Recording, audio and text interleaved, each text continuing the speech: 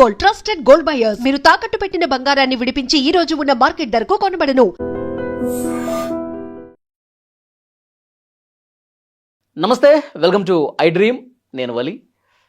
Mangli case ఎంతవరకు వచ్చింది? మంగ్లీ కోట్ల రూపాయల స్కామ్ చేసిందని చెప్పి బాధితులు హైదరాబాద్ రోడ్ల మీదకి వచ్చి పోలీస్ స్టేషన్ల మీద పడిగాపులు పడిన పరిస్థితి మనం చూసాం. నెల రోజుల క్రితం సిచ్యువేషన్ ఎలా ఉందో తెలుసు. ఇందులో రమావత్, మధు వాళ్ళందరూ కూడా అరెస్ట్ అయ్యారు. అడ్వకేట్ సుబ్బు పోలీస్ స్టేషన్కి వెళ్ళి కేసు పెట్టడం, బాధితులకి ఒక ధైర్యాన్ని ఇవ్వటం, ఇదంతా హల్చల్ చేసింది. ఆయన అక్కడ ఆ బాధితులు ఎవరైతే ఉంటున్నారో ఆ గూడెల్లో కూడా ఆయన వెళ్ళి వాళ్ళతో మాట్లాడొచ్చాడు. ఇప్పుడు రీసెంట్గా ఆ బాధితుల తరఫునే ముందుకు వచ్చి కొంతమంది మాట్లాడుతూ ఉన్నారు. అసలు ఈ కేసు ఏమైంది? బాధితుల పక్షాన నేను నిలబడతాను, ఇక్కడే నేను ఉంటాను, వాళ్ళకి న్యాయం జరిగే వరకు నా పోరాటం నేను చేస్తానన్న ఆ అడ్వకేట్ సుబ్బు ఏమైపోయాడు? అసలు పత్తా లేకుండా పోయాడు. అంటే ఏమన్నా డబ్బులకు అమ్ముడుపోయాడా? ఈ సంపత్ నాయక్ కూడా ఏం మాట్లాడట్లేదు. అసలు ఏం జరుగుతుంది? కేసు ఎంతవరకు వచ్చింది? న్యాయం జరుగుతుందా లేదా అని చెప్పి ఇప్పుడు కొంతమంది మీడియా ముందుకు వస్తూ ఉన్నారు. What is the real situation right now? దీని గురించి మనం మాట్లాడదాం. సోషల్ యాక్టివిస్ట్ శేఖర్ భాషా గారు ప్రస్తుతం ఉన్నారు, మాట్లాడదాం. భాషా గారు నమస్తే. భాషా గారు, మొన్న ఒక బాధితుల తరఫున వచ్చినటువంటి ఒక వ్యక్తితో ఇంటర్వ్యూలో మాట్లాడాను, అది మీరు కూడా చూసే ఉంటారు. సో ఏంటి సార్ ప్రజెంట్ సిచ్యువేషన్? అడ్వకేట్ బాధితుల తరపు నుంచి వచ్చినట్లేదు, మంగ్లీ తరపు నుంచి వచ్చినట్టున్నాడు ఆయన. ఆయన ఇంటర్వ్యూ వింటున్నంతసేపు ఆయన మంగ్లీ భజన చేస్తున్నట్టే అనిపించింది తప్ప నిజానికి బాధితుల తరపు అంటే మా కమ్యూనిటీ నుంచి ఒక సింగర్గా ఒక మంచి సెలబ్రిటీకి ఎదిగింది కాబట్టి సో ఆమె మేము ఆరాధిస్తాం. డెఫినెట్గా ఆమె స్కామ్ చేసిందా లేదన్నది బయటికి రావాలి కదా. ఆధారాలతో సహా పోలీసులు ఎప్పుడైతే బయట పెడతారో అప్పుడే ఆమె తప్పు చేసిందని నమ్ముతాం. అప్పటి వరకు కూడా మా కమ్యూనిటీ లీడర్గానే మేము చూస్తాం, లేనిపోయిన అభాండాలు ఇస్తే క్వశ్చన్ చేస్తాం అని చెప్తా ఉన్నాడు ఆయన. ఆ కమ్యూనిటీ వాళ్ళే కదా ఇప్పటిదాకా క్వశ్చన్ చేసింది ఆవిడ్ని. ఆ కమ్యూనిటీ వాళ్ళే కదా నష్టపోయింది ఇప్పటిదాకా. నువ్వు నేను నష్టపోలా.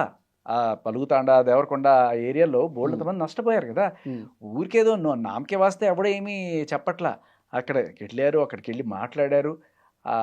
ఆవిడ వెళ్ళి మాట్లాడి రమావత్ మధుతో ఆవిడ ఆ ఇంట్లో కూర్చొని అక్కడికి ఈ జనాల్లో కొంతమందిని, ఆ పలుగుతాండా అనే జనాల్లో కొంతమందిని ఆ ఇంటికి రమ్మని చెప్పి అక్కడ కూర్చోబెట్టి, ఇదిగో మధు ఆయన దీంట్లో ఇన్వెస్ట్ చేయండి, మీకు బాగా డబ్బులు వస్తాయని చెప్పి ఈవిడ చెప్పినట్టుగా లేటెస్ట్గా ఒక ఎఫ్ఐఆర్ వచ్చింది.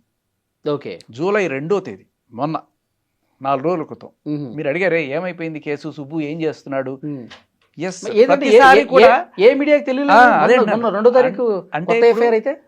మీడియాలో పోరాడడం అనేది, మీడియాలో ప్రభుత్వాన్ని ప్రశ్నించగలం మనం, న్యాయస్థానాల్లో కేసు మూవ్ చేయాలి, పోలీస్ స్టేషన్స్లో వాళ్ళకి ఆధారాలు చూపించాలి.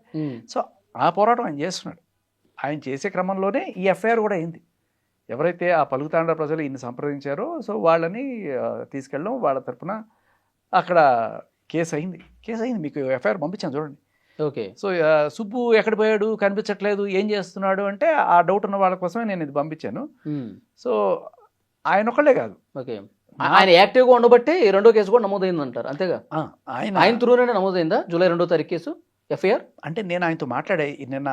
ఆ ఇంటర్వ్యూ అయిన తర్వాత ఇమ్మీడియట్గా నేను ఆయనకి ఫోన్ చేసి మాట్లాడా. ఏంటి ఇట్లా మీ మీద ఏదో వస్తున్నాయి, మీరేదో 20 లక్షలు తీసుకొని లాలూజీ పడిపోయారని ఏదో మాట్లాడుతున్నారు అంటే, కావాలనే అంటే మంగ్లీ భజన చేయడానికి ఇతను వచ్చాడండి అని చెప్పి ఆయన ఏదో చెప్పుకున్నాడు ఆయన వర్షన్. బట్ తర్వాత మరి ఏంటి స్టేటస్ ఏంటి అని అడిగినప్పుడు, ఒకవేళ నేను అదే లాలూచి పడిపోతే నేను ఎందుకు మళ్ళీ ఇంకొక కేసు టేకప్ చేస్తాను, ఇవాళ అది ఎఫ్ఐఆర్ అయింది చూడండి అని చెప్పి ఆయన పంపించాడు. మీకు అది నేను పంపిస్తున్నాను చూడండి. So he's not resting. ఆయన పని ఆయన చేసుకున్నాడు, చట్టంతో పని చేయిస్తున్నాడు. కాకపోతే నేను ఇక్కడ నాకు చిన్న క్వశ్చన్ ఉంది. ఇప్పుడు జూలై 2వ తారీఖు రెండోసారి ఆయన ఎఫ్ఐఆర్ ఆయన ప్రమేయంతోనే నమోదైంది, నేను ఈ కేసులో యాక్టివ్గానే ఉన్నాను, ఏం చేయాలో అది చేస్తానని అన్నప్పుడు ఈ రెండో కేసుకు సంబంధించి అప్డేట్స్ ఇవ్వాల్సినటువంటి అవసరం లేదు ఆయనకి? మీడియా ముందుకు వచ్చి ఇది మంగ్లీ కేసు, ఇది లేటెస్ట్గా బాధితులు, నాకు కొన్ని సాక్ష్యాలు బాధితులు చెప్పింది నేను విన్నాను, మళ్ళీ కొత్తగా ఇంకో కేసు పెట్టాను, కొత్త బాధితులు వచ్చారు, నేను అదే ఎందుకు మాట్లాడలేదు ఆయన? నేను అదే అడిగా. ఇప్పుడు ఇంకొక అతను ఎవరైతే నిన్న వచ్చి మీతో మాట్లాడారో అతని మీద కూడా సుబ్బు కంప్లైంట్ చేశాడు, అతని మీద కూడా ఎఫ్ఐఆర్ అయింది. సో అతను ఏదో సమ్ ఈయన్ని డిఫేమ్ చేయడము ఇటువంటివి సోషల్ మీడియాలో సుబ్బు గురించి మాట్లాడటం, వీళ్ళిద్దరు కౌంటర్లు వేసుకోవడం జరిగింది. అవును, అంటే కొన్ని అసత్యమైన ఫ్యాక్ట్స్ సత్యం కానివి ఇంకా ఏవో చేశాడు. ఆ కోణంలో ఆయన మీద ఎఫ్ఐఆర్ అయింది. అది కూడా నేను అడిగాను, అది ఇంకా రాలేదు నాకు. బట్ ఆయన మీద ఎఫ్ఐఆర్ పెట్టాడు సుబ్బు అనే అక్కసుతోటి ఆయన మీద విషయం వెళ్ళగక్కుండొచ్చు, దాంట్లో పెద్ద వింత ఏం లేదు. ఇప్పుడు ఆయన ఎవరైతే సుబ్బు మీద 20 లక్షలు తీసుకొని లాలూచి పడిపోయాడు, లేకపోతే ఈయన మీడియా స్టంట్ చేయడం కోసం అక్కడికి వెళ్ళి ఒక ఫోన్ నెంబర్ ఇచ్చి ఆ పేటీఎంలోనో లేకపోతే ఆ ఫోన్పే నెంబర్ ఇచ్చాడు, అందరూ కూడా డబ్బులు వేశారు, ఈ డబ్బులని ఈయన మూట కట్టుకుని వెళ్ళిపోయాడు, ఎంత దారుణం అండి అని చెప్పి మాట్లాడాడు. ఇప్పుడు ఈ 20 లక్షలు ఇచ్చాడు అనేది అయితే ఆయన ఇంకో కేసు ఎందుకు పెట్టిస్తాడు అనేది ఫస్ట్ పాయింట్. ఇంకొకటి, నోరుంది కదా అని ఇష్టం వచ్చినట్టు మాట్లాడడం కాదు కదా, నువ్వు 20 లక్షలు ఆధారం ఏదన్నా చూపించు. ఇప్పుడు నేనే అదే అంటాను, నువ్వే 20 లక్షలు మంగ్లీ దగ్గర తీసుకుని వచ్చి ఈ డ్రామా ఆడుతున్నావేమో, నేను అన్న మాత్రాన అది నిజమైపోతుందా? నువ్వు అన్న మాత్రాన మంగ్లీ నుంచి డబ్బులు తీసుకున్నాడు అనేది మీరు కూడా ప్రూఫ్ చూపించాలి ఒకవేళ. అంటే ఇప్పుడు ఆయన సుబ్బు కూడా అదే అంటున్నా, నేను మాట 2 లక్షలు కాకపోతే 2 కోట్లు తీసుకున్నా అన్న నోరుంది కదా, నేను ప్రూఫ్ చూపించకపోతే వాట్ ఏమై? ఓకే, ప్రూఫ్ లేకుండా మనం ఎన్ని నరం లేని నాళ్ళకి ఎన్ని మాట్లాడచ్చు. నువ్వు ప్రూఫ్ చూపించి మాట్లాడితేనే కరెక్ట్. సో లేదు అంటే అవతల వాళ్ళ మీద ఏదో రకంగా బురద జల్లడానికి వచ్చాము అనేది అర్థమవుతుంది. మేబీ నిజంగానే మంగ్లీ పంపించిందా మిమ్మల్ని అనే డౌట్ కూడా ఎవరికైనా వస్తుంది. సరే, అంటే ఇప్పుడు క్వశ్చన్ చేయడం తప్పు అంటారా? ఇప్పుడు ఈయన ఇంత ఫైట్ చేశాడు కదా, క్వశ్చన్ చేయడం రైట్. నేను ఆయన ఒకటి నేను నా క్వశ్చన్ వినండి. ఇప్పుడు అడ్వకేట్ సుబ్బు చాలా సీరియస్ గానే పోరాటం చేశాడు అనుకుందాం. పోలీసులు వాగ్వాదం చేయడం కావచ్చు, బాధితులకు భరోసా ఇవ్వటం, అప్పుడు మీడియాలో ప్రతి ఛానల్కి వెళ్ళి ఇంటర్వ్యూలు ఇవ్వటం, చాలా నిజాయితీగా బాధితుల తరఫున ఉన్నాడని చెప్పి ప్రతి ఒక్కరు కనిపించింది. ఇప్పుడు సడన్గా కేసు గురించి ఎవరూ మాట్లాడలేదు, అసలు ఏమైపోయింది అన్న డౌటు. మొన్న నాతో నేను ఇంటర్వ్యూ చేసిన ఆ వ్యక్తే కాదు, నా ఫ్రెండ్ సర్కిల్లో కూడా చాలా మంది ఏమైపోయింది మంగ్లీ కేసు ఏమైపోయింది అని చెప్పి అడిగారు. ఆయన తప్పు కాదు, నేను చెప్తా ఏమైంది. తర్వాత అశ్విరెడ్డి కేసు వచ్చింది, తర్వాత ఇంకోటి మన బండి సంజయ్ గారి అబ్బాయి వచ్చింది. ఏమవుతుంది, మన మీడియాలో మనం దాని మీద కాన్సన్ట్రేషన్ పక్కా పెట్టి వీటి మీదకి వెళ్తున్నాం. నేను అప్పటికీ కూడా నేను ఏ ఇంటర్వ్యూకి వెళ్ళినా, ఆఖరికి బండి సంజయ్ గారి అబ్బాయికి సంబంధించిన ఇంటర్వ్యూకి వెళ్ళినా కూడా అక్కడ బీఆర్ఎస్ వాళ్ళు తర్వాత బీజేపీ వాళ్ళు నా పక్కన డిబేట్ చేస్తున్నప్పుడు నేను అడిగా, మీరు ఇంత పోరాడుతున్నారు కదా, మరి మంగ్లీ కేసులో మీరు ఏం మాట్లాడారని నేను అడిగా. ఎక్కడ అవదల్లా నేను. కాకపోతే ఏంటంటే మన మీడియా సోదరులు ఒకటి ప్రస్తుతానికి హైలైట్ అవుతోంది అంటే దాని మీద వెళ్ళిపోతున్నారు తప్ప సుబ్బుని పిలవకపోవడం మన తప్పు. ఎందుకు? నేను ఎన్నిసార్లు ఫోన్ చేశాను సుబ్బుకి, నేను ఎన్నిసార్లు ఫోన్ చేసి ఇంటర్వ్యూ చేద్దాం రండి సార్, ఇప్పుడు స్టేటస్ అంటే ఒకసారి మనం మీడియాకి చెప్దాం అంటే నేను అడిగా. ఆయన నా ఫోన్ కట్ చేసి కాల్ బ్యాక్ కూడా చేయని సందర్భాలు చాలా ఉన్నాయి. ఇక్కడ మన ఫిల్మ్ హెడ్ సుధాకర్ గారితో కూడా నేను చాలా సందర్భాల్లో ఇదే విషయం చెప్పాను. నేను అడిగా, ఇట్లా ఒక ఆయన వచ్చాడు కదా, ఆయన మీ మీద ధనాధన ఏదో ఆరోపణలు ఇస్తున్నాయి అంటే ఆయనే చెప్పుకొచ్చాడు ఇట్లా కేసు పెట్టి. సరే, ఆయనతో డిబేట్ చేయొచ్చు కదా, మీరు వచ్చి కూర్చోంటే మన కేసు పెట్టిన తర్వాత మనం అక్కడికి వెళ్ళి కూర్చోకూడదండి. సో ఆయనకి ఏదో అడ్వకేట్ ఎథిక్స్ ఏవో ఉంటాయి, అదొకటి. బట్ నిన్న ఆయన అడిగిన మాటల్లో ఇప్పుడు ఎవరైనా సరే అడగచ్చు, అయ్యా నువ్వు ఆ రోజున నీ ఇన్స్టాగ్రామ్లో ఒక ఫోన్పే నంబర్ పెట్టావు, దానికి బోల్డ్ డబ్బులు వచ్చి ఉంటాయి, ఆ డబ్బులని ఏం చేసావో లెక్క చెప్పాల్సిన బాధ్యత నీ మీద ఉంది అని చెప్పి నువ్వైనా అడగాలి, నేనైనా అడగచ్చు, తప్పులేదు. ఆయన ఏదైనా చేస్తాడు అనుకుంటే ఓకే. నేను అడిగాను, ఆయన అడిగిన మాట నేను కూడా అడిగాను. సార్ 7,000 వచ్చినాయి సార్, తర్వాత ఎవడు పట్టించుకోలేదు అది. సో మీరు అది ఆయన ఇచ్చాడో లేదో, ఆయన ఏం చేశాడని మనం ఇప్పుడు ఆ రోజు ఆ తండాలోకి అడ్వకేట్ సుబ్బుతో పాటు మీరు కూడా వెళ్ళారు. అవును, ఆ రోజు వాళ్ళతో రాత్రి సమయంలో ప్రతి ఇంటికి వెళ్తాం, మాట్లాడటం మీరు ప్రత్యక్షంగా చూశారు. అయితే ఆ ముసలావిడ, ఆ వీడియో నేను కూడా చూశాను, ముసలావిడ వాళ్ళ కొడుకును కోల్పోయిందా ఆ రోజు? కొడుకు. ఆమె చాలా బాధపడుతుంటే మీకు నేను అండగా ఉంటాను అని చెప్పి సాయం చేయండి అని చెప్పి ఆయన సెల్ఫీ వీడియో తీశాడు, అకౌంట్ నెంబర్ కూడా పెట్టాడు. పెట్టినప్పుడు అది అసలు దాంట్లో ఎంత వచ్చింది ఏంటి, ₹1 రానివ్వండి, ₹100 రానివ్వండి, ₹1,00,000 రానివ్వండి, ఎంత వచ్చినా సరే ఇదిగో ఇంత వచ్చిందని చెప్పి సరే ఆ తండాకెళ్ళి వాళ్ళకి ఇవ్వటం సంగతి పక్కన పెట్టండి, దాని కంటిన్యూట్ వీడియో ఒకటి చేస్తే బాగుండేది కదా. ఖచ్చితంగా ఈ విషయంలో నేను ఆ రోజు ఆ తండాలోకి వెళ్ళి ఆ అమ్మతో మాట్లాడాను, నా అకౌంట్ నెంబర్ పెట్టాను, ఇన్ని డబ్బులు వచ్చినాయి అని చెప్పి కనీసం స్క్రీన్ షాట్ లేకపోతే ఒక చిన్న వీడియో దాని గురించి చేసి, నేను ఈ డబ్బులు నిజాయితీగా ఆ డబ్బులు వాళ్ళకి చెందాల్సినవి కదా, వాళ్ళు బాధలో ఉన్నారు కదా, వాళ్ళకి అప్పగిస్తానని చెప్పి ఒక వీడియో చేయాల్సి ఉండే కదా. వీళ్ళు క్వశ్చన్ చేసే వరకు ఆయన చెప్పకపోవటం ఏంది, అడిగితే 7,000 వచ్చినాయి అనటం ఏంది, ఇక్కడ జెన్యూనిటీ ఏదో మిస్ అవుతుంది అనేది వాళ్ళ డౌట్. నేను అనుకునేది ఏంటంటే 7,000 తీసుకెళ్ళి ఇవ్వడంలో పెద్ద ఉపయోగం ఉంటుంది, ఒక 50,000 60,000 ₹1,00,000 వచ్చిన తర్వాత ఇద్దామని వెయిట్ చేస్తున్నాడేమో అనుకుంటున్నాను. ఇదిగోండి అమ్మా 7,000 తీసుకోండి అంటే ఏ పక్కకు వస్తుంది వాళ్ళకి. సో రానివ్వండి, డబ్బులు రానివ్వండి, ఒక 50,000 లంచంగా ఇస్తే వాళ్ళ మొక్కల్లో కూడా ఒక ఆనందం ఉంటుంది అని వెయిట్ చేస్తున్నాడు, కాస్త డబ్బులు వస్తాయనేమో అని. మేబీ 7,000 తీసుకెళ్ళా లేకపోతే ₹1 వచ్చిందని తీసుకోండి అని చెప్తే దానికి ఏ రకమైన వాల్యూ ఉంటుంది. సో మేబీ వచ్చినప్పుడు ఇస్తాడేమో, అంత ఈ 7,000 తీసుకెళ్ళి ఏమి ఇస్తే ఇప్పుడు దాకా వచ్చింది 7,000 రానివ్వండి, ఒక 50,000 ₹1,00,000 రానివ్వండి, వాళ్ళకి ఏమైనా ఉపయోగం ఉంటుంది కదా. ఇప్పుడు మీరు అక్కడికి వెళ్ళొచ్చు కూడా ఎన్ని నెలలు అవుతుంది? ఇంకొకటి కూడా చెప్పాడు ఈయన, ఏది ఈయన మీడియా పెచ్చండి, మీడియా పెచ్చ కోసం అది చేశాడని చెప్పి. నేను చెప్తా, మేము వెళ్ళింది ఆ రోజు రాత్రి 8:30 అయింది మేము వెళ్ళేటప్పటికి. 8:30 టైంలో ఒక్క మీడియా వాళ్ళు లేడు, ఎవ్వరు లేరు అక్కడ. నేను, సుబ్బు, అక్కడ 150 మంది ఆ ఊళ్ళో ప్రజలు తప్ప. మేము ఆయన ఎవరో మన వీడియో తీస్తున్నాడనో ఇంకో హడావులో ఆ పోజులు ఇవ్వడాలో ఏమీ లేవు. ఆ రోజు మీడియా వాళ్ళే ఉండుంటే వాళ్ళ ముందు ఆ వీడియో, ఆయన సెల్ఫీ వీడియో తీసుకొని పెట్టాల్సిన పని కూడా లేదు. మీడియా వాళ్ళు ఎవరైనా కవర్ చేస్తుండేవాడు కదా. మీడియా వాళ్ళందరూ పొద్దున్న వచ్చి వెళ్ళిపోయారు అక్కడికి చాలామంది. బట్ ఆ రోజు సాయంత్రం వెళ్ళింది నేను, సుబ్బు. నేను చూసా, సరే ఆయన ఇన్స్టాగ్రామ్లో చేయమని చెప్పాడు, బట్ ఆయన ఏదో మీడియా దీనికోసం వచ్చేసాడు, మీడియా పాపులారిటీ కోసం వచ్చేసాడు అనేది తప్పు. ఎందుకంటే అక్కడ ఏ మీడియా వాళ్ళు లేడు, అక్కడున్న ఆ లోకల్ హెడ్ కానిస్టేబుల్ కూడా డబ్బులు పెట్టి నష్టపోయానని చెప్పి వస్తే ఆ హెడ్ కానిస్టేబుల్ కూడా కూర్చోబెట్టి మాట్లాడాం. ఆ ఊళ్ళో జనాలందరికీ కూడా సర్ది చెప్తున్నాడు ఆయన, ఎలా చేయాలి, ప్రొసీజర్ ఏంటి, అందరూ కలిసి కంప్లైంట్ ఎలా చేయాలి, పోలీస్ స్టేషన్లోకి వెళ్ళి ఇవి లీగల్ ఫార్మాట్ ఏంటి అన్నీ చెప్పుకొచ్చాడు ఆయన. వాళ్ళందరినీ కూర్చోబెట్టి దాదాపు 1.5 గంట సేపు మాట్లాడి తర్వాత మేము బయలుదేరాం. దీంట్లో ఆయనకు వచ్చిన పబ్లిసిటీయో లేకపోతే ఇంకోటో ఏం లేదు అక్కడ. ఓకే, మేమిద్దరం వెళ్ళాం. ఇంకా ఆయన మాట్లాడుతున్నప్పుడు కూడా నేను వీడియో తీయలే, నేను పక్కన ఉండి కూర్చొని చూస్తున్నా. లేదు లేకపోతే ఆయన మాట్లాడేది క్యాప్చర్ చేసి నేను అదేదో ఫేస్బుక్లో పెట్టా, దానికోసం కూడా కాదు కదా. ఆ వీడియో కూడా ఎందుకు తీసామంటే పాపం వాడికి ఏదైనా న్యాయం జరుగుతుంది అని చెప్పి ఆయన తీశాడు. నాకు కూడా బాధ అనిపించింది. నేను ఆవిడ కాదు కానీ ఆ బిడ్డ ఎవడైతే ఉన్నాడో 7 ఏళ్ళకి కుర్రాడు, పాపం వాడు తల్లి లేదు తండ్రి లేదు, వాడిని చూసి చాలా బాగా అనిపించింది. నాకు అనిపించింది ఏంటంటే, ఇది మనం ఆర్చేవాళ్ళం తీర్చేవాళ్ళం, మా అమ్మ ఏదో మనం అయితే ఒక 5,000 10,000 ఇచ్చి చూసుకోరు అబ్బాయి, అంతవరకు చేయగలం. ఆ రోజు మనం డిమాండ్ చేసింది ఏంటి, సరే సుబ్బు గారు అంటే లీగల్గా నేను ఎప్పుడు కూడా పొలిటికల్ సొల్యూషనే దీనికి కావాలండి. ఇప్పుడు ఎవరో ఇద్దరు ప్రేమికులు మేజరో మైనరో 17 ఏళ్ళ అమ్మాయి 25 ఏళ్ళ అబ్బాయి చేసుకున్నారు, దానికి సంబంధించి సిట్ వేసేస్తాం, పెద్ద హరాజు చేసేస్తాం. మరి 9 మంది చచ్చిపోయారయ్యా, దానికి సిట్ ఎందుకు వేయలేదు గవర్నమెంట్ అని చెప్పి నేను అడుగుతున్నా. ఇదే బీఆర్ఎస్ వాళ్ళు ఎంత ప్రెషర్ అయితే బండి సంజయ్ గారి అబ్బాయి కేసు మీద పెట్టారో అదే ప్రెషర్ ఇక్కడ పెట్టుంటే ఇప్పటికి అక్కడ కూడా ఒక సిట్ అయి ఉండేది కదా. ఇప్పుడు ఈ విషయాలన్నీ కూడా రేవంత్ రెడ్డి గారికి తెలియకపోవడం అనేది ఏం లేదు, ఖచ్చితంగా తెలిసే ఉంటుంది. కానీ it's not under his priority. Okay, ఎందుకంటే ఇక్కడ పొలిటికల్ యాంగిల్ ఇన్వాల్వ్ అయ్యింది, పొలిటికల్ మైలేజ్ ఉంది దీంట్లో. ఇక్కడ ఏముంది, ఆ బంజారాపేటలో 9 మంది చనిపోయినా కూడా ఏమైంది. నా పాయింట్, మంగళికి శిక్ష వేస్తారా వెయ్యరా వేరే విషయం, మీరు కనీసం ఒక సిట్ ఎందుకు వేయట్లేదు, ఎందుకు సిట్ వేయట్లేదు? నేను ఆయన ఎవరో అబ్బాయి పేరు రవికుమార్ నాయక్, ఆయనకి ఏం మరి ఛార్జ్ షీట్కి ఎఫ్ఐఆర్కి కూడా ఆయనకి తేడా తెలిసినట్టు అనిపించలేదు.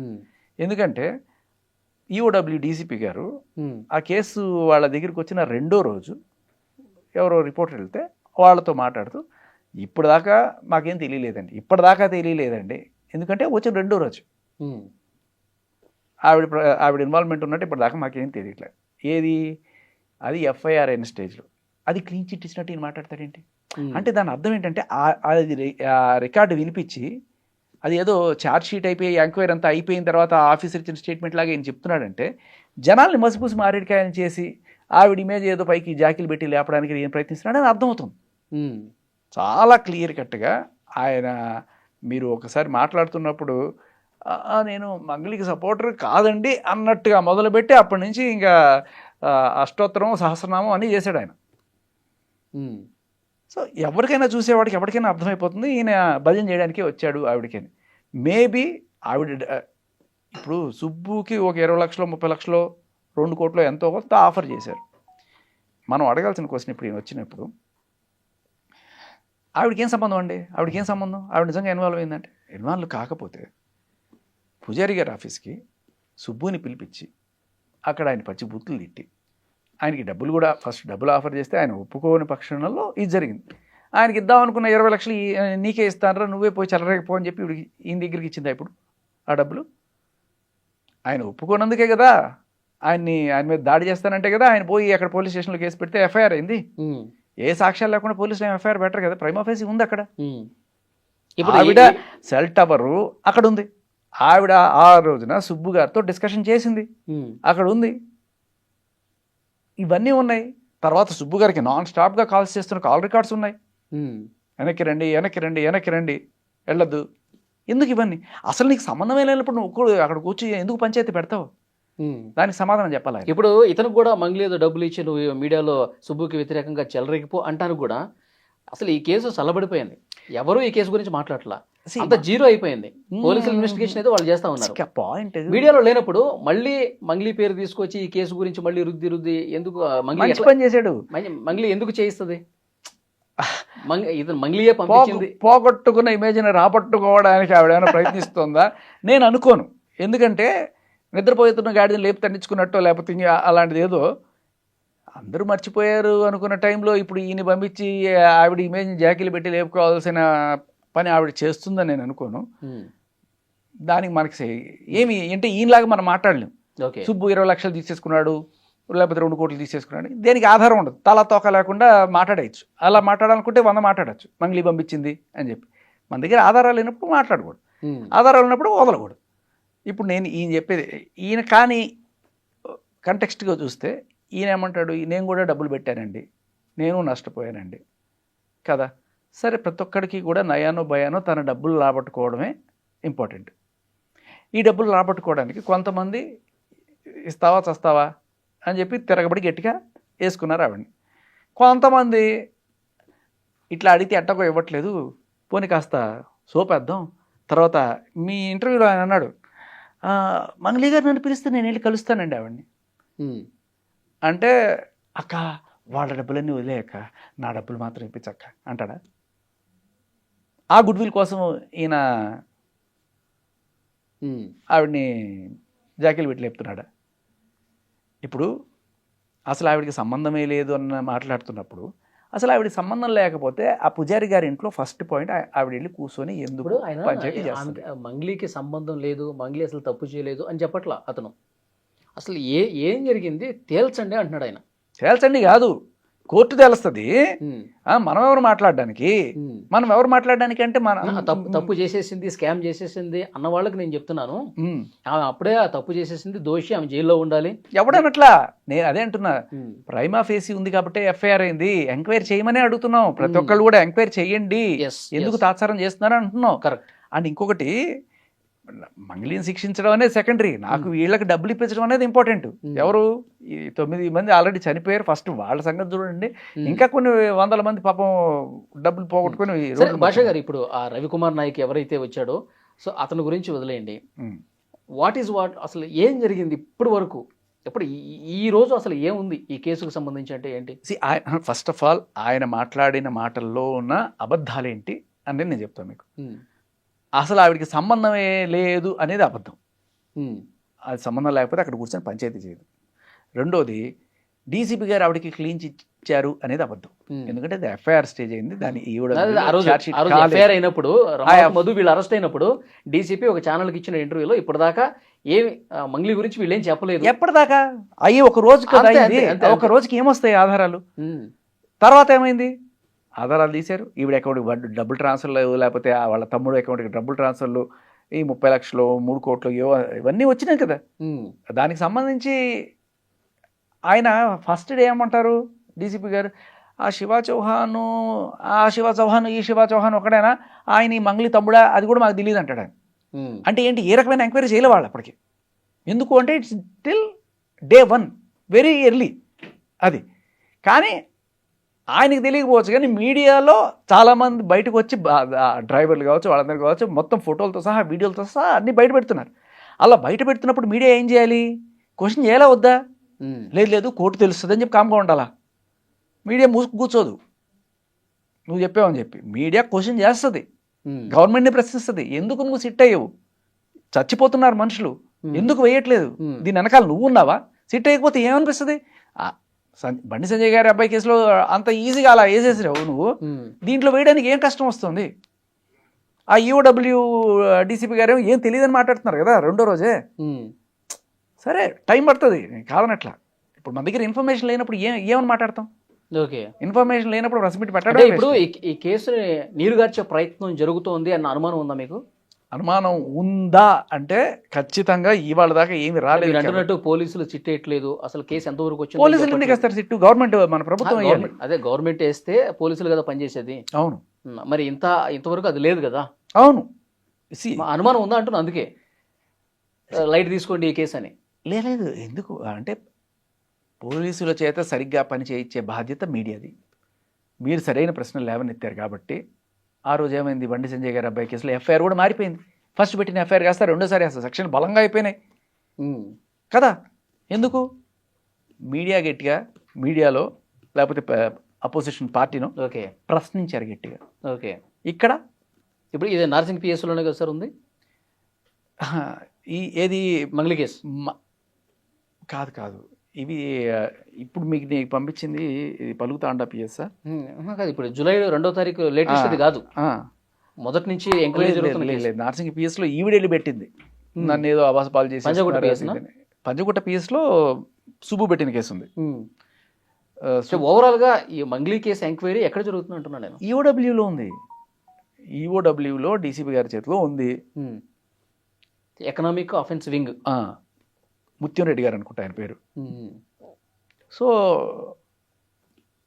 ఆయన తేల్చి చెప్పాలి. ఈ లోపల ఈయన వచ్చేసి ఒక చిన్న కాల్ రికార్డ్ వినిపించేసి ఏది ఆయన ఎంక్వైరీ రోజున ఫస్ట్ చెప్పి దాన్ని వక్రీకరించడం ఉంటారు. మనకు తెలియని వాళ్ళు అనుకో, అవునా పాపం డీసీపీ గారు క్లీన్ చిట్ చేశారు కదా అనుకుంటాం. కానీ అక్కడ జరిగింది ఏంటంటే ఆయన డే 1 చెప్పిన మాట చార్జ్ షీట్ అని మాట్లాడతాడు ఈ అబ్బాయి. అడ్వకేటు, హైకోర్టు అడ్వకేట్ అనేవాడు హైకోర్టు సపరేట్గా ఉన్నాడు, అడ్వకేట్లు సపరేట్గా. ఈయనకి అన్నీ తెలిసినట్టు. సుప్రీంకోర్టులో వకాలత వేయాలంటే నీకు ఒక స్టాండ్ అనేది, ఒక 5 ఏళ్ళ ఎక్స్పీరియన్స్ ఉండాలి, దానికి ఒక ఎగ్జామ్ ఉండాలి, అది పాస్ అవ్వాలి, ఇవన్నీ ఉంటాయి. ఎవడు పడితే వాడు వెళ్ళి వకాలత వేయలేడు, ఎక్కడ పడితే అక్కడ వాదించలేడు. సరే, ఇవన్నీ ఉంటాయి. ఏదో ఆయన మీద కేసు పెట్టాడని అక్కస్తోటి సుబ్బుని వేసుకోవడం సరే. కానీ ఇక్కడ మంగ్లీ గారిని జాకిలు పెట్టి లేపడం వెనకాల నాకేమనిపిస్తుంది అంటే, ఒకనొక టైంలో మంగ్లీ గారిని కూడా వెళ్ళి కలుస్తా ఆవిడ అవకాశం ఇస్తే అంటే ఆయన డబ్బులు ఏదైనా రాబట్టుకోవడానికి అక్క మిగతా వాళ్ళ సంగతి వదిలే నాకు ఎంతో కొంత ఇప్పించు. ఎందుకంటే అరే నాకేం సంబంధం రా, రామావతి మధు తీసుకున్నాడు లేకపోతే ఆ బాలాజీ నాయక్ తీసుకున్నాడు, నన్ను వచ్చి అడుగుతారంటే ఆవిడ సంబంధం లేదు అనడానికి లేదు. వాళ్ళకి సంబంధాలు గట్టిగా ఉన్నాయనేది గట్టిగా ఎస్టాబ్లిష్ అయింది బయట. ఇప్పుడు ఈ ఎఫ్ఐఆర్ కూడా అదే చెప్తుంది కదా. సాక్షాత్తు ఈవిడే వెళ్ళి రమావతి మధు ఇంట్లో కూర్చొని వీళ్ళందరినీ కూడా పిలిపించి దీంట్లో ఇన్వెస్ట్ చేయండి, ఆవిడ ఇన్వెస్ట్ చేయమంది, మనం ఇన్వెస్టిగేట్ చేయమని అడుగుతున్నాం. సో ఆ ఎఫ్ఐఆర్ సారాంశం నేను చెప్తున్నా. నేను చూడలే వెళ్ళి, ఎప్పుడు చూడడం, నువ్వు నేను చూడడం. బట్ ఎఫ్ఐఆర్ అయినప్పుడు ఆ ఎఫ్ఐఆర్ని పట్టుకునే కదా మీడియా మాట్లాడేది. మాట్లాడద్దు, కోర్టులో అంతా అయిపోయిన తర్వాత మాట్లాడండి అంటే ఇంక ఎవరు దేని గురించి ప్రశ్నించకుండా అది తప్పు. తెలియకపోతే తెలుసుకోవాలి. ఆయన రవికుమార్ అని ఆయన ఖచ్చితంగా మాట్లాడతారు, న్యాయం జరిగే వరకు మాట్లాడతారు. ఇంకొకటి ఆయన పేరేంటి, ఇంద్ర ఏదో రెడ్డి, ఎవరు దొంగ, వాడు దొంగ అని చెప్పి ఏదో మాట్లాడి, ఇంకొక ఆయన పేరు హిమకాంత్ రెడ్డి. హిమకాంత్ రెడ్డి దగ్గరే ఉన్నాయి డబ్బులు. ఇప్పుడు ఈ మల్టీ లెవెల్ మార్కెటింగ్ ఎట్లా ఉంటుందంటే, నువ్వు ఒక ముగ్గురిని తీసుకురా, ఆ ముగ్గురు దగ్గర నుంచి నువ్వు డబ్బులు తీసుకొచ్చి నాకు ఇచ్చావు, నేను పెద్ద బాస్ అనుకో, నువ్వు హిమకాంత్ రెడ్డి అనుకో, నువ్వేం చేస్తావు, ఒక 10 మందిని పట్టుకొస్తావు, నువ్వు ఛాంపియన్, నీకు గోల్డ్ మెడల్ ఇస్తా, స్పెషల్ మెంబర్ అంట, గోల్డ్ మెంబర్ అంట. ఈ 10 మంది ఏం చేస్తారు, ఈ 10 మంది ఒక్కొక్కడు ఇంకొక 10 మంది పట్టుకొస్తారు. సో దీంట్లో ఆఖరిని ఎవడైతే ఉంటాడో వాడికి ఎవడు వెళ్ళను, వాడు జస్ట్ పయ్యాడు, నేను నీకు కదా ఇచ్చాను, నువ్వు నాకి. ఇలాగే డిమాండ్ చేయడం వల్ల ఆ రోజున ఆ అబ్బాయి వాళ్ళ నాన్న చనిపోయాడు. వాళ్ళు ఏం చేశారు, వీళ్ళ దగ్గర నుంచి డబ్బులు తీసుకొని, ఇదిగో నువ్వు తీసుకో అని చెప్పి అట్లా మారుతూ హేమకాంత్ రెడ్డి దగ్గరికి వచ్చి, హేమకాంత్ రెడ్డి దగ్గర నుంచి నెక్స్ట్ కింగ్ పిన్ ఎవరు, మధు దగ్గరికి వెళ్ళింది. ఈయనకేంటి ఇప్పుడు, మధుని కాపాడాలి. సో కాబట్టి హిమకాంత్ రెడ్డి దగ్గర డబ్బులు ఉన్నాయి. హిమకాంత్ రెడ్డి దగ్గరే డబ్బులు ఉంటే ఆయన ఎందుకు జనాలందరినీ వేసుకొని పోలీస్ స్టేషన్ చుట్టూ అక్కడెక్కడ తిరుగుతాడు? ఒకవేళ ఉంది అంటే అది కూడా ప్రూవ్ చేయి. నువ్వు ఏ ఆధారం లేకుండా నువ్వు మాట్లాడడానికి లేదు. అదే నేను అడిగేది. ఇప్పుడు హిమకాంత్ రెడ్డి ఈయన క్లయింట్ అవ్వచ్చు, ఎవరికి సుబ్బుకి క్లయింట్ అయి ఉండొచ్చు ఖచ్చితంగా. ఎందుకంటే ఆ రోజున హిమకాంత్ రెడ్డే ఒక 10 మందినో 20 మందినో పోలీస్ స్టేషన్ తీసుకొచ్చారు, మాకు అన్యాయం అయిపోయిందని చెప్పి రోడ్డును పడ్డారు. ఈయన దగ్గరే డబ్బులు ఉంటే వీళ్ళందరూ పెట్టుకుని రోడ్లు పడే పరిస్థితి ఆయనకేంటి? అంత డ్రామా చేస్తాడని అయితే నేను అనుకోను. ఇప్పుడు జూలై 2వ తారీఖు కొత్త ఎఫ్ఐఆర్ గురించి ఏమైనా ఇన్వెస్టిగేషన్ స్టార్ట్ అయిందంటారా? ఉన్నాయండి పేరుకి ఎఫ్ఐఆర్లు, ఇక్కడ ఒకటి అక్కడ ఒకటి అక్కడ ఒకటే ఉన్నాయి. అందుకే నేను అంటాను ఇవన్నీ కలిపి ఒక సిట్ వేస్తే ఈజీ అవుతుంది కదా, తొందరగా ఫినిష్ అవుతుంది కదా దర్యాప్తు అని. ఒకసారి పోలీసులతో మాట్లాడాలి సార్. అంటే ఎంతవరకు వచ్చింది ఇన్వెస్టిగేషన్ అనేది, పోలీసులు ఏమైనా ఇన్ఫర్మేషన్ ఇస్తారేమో, ఒకసారి మాట్లాడితే కానీ తెలుస్తుంది ఎంతవరకు సీరియస్నెస్ ఉంది, ఎంతవరకు వచ్చింది. అదే ఇప్పుడు మంగ్లీ పాత్ర గురించి ఏమైనా తేల్చారా? సో ఇప్పుడు ఏంటంటే ఈ ఎఫ్ఐఆర్కి సంబంధించి ఆ పోలీస్ స్టేషన్లో అడగాలి, మళ్ళీ ఫస్ట్ సుబ్బు గారు పెట్టిన ఎఫ్ఐఆర్ గురించి ఇక్కడ పంజగుట్లో అడగాలి, ఇంకా తర్వాత ఈఓడబ్ల్యూలో పెట్టిన కేసు గురించి ఆయన ముత్యం రెడ్డి గారిని అడగాలి మనం పోయి. ఇలా ఉంది పరిస్థితి.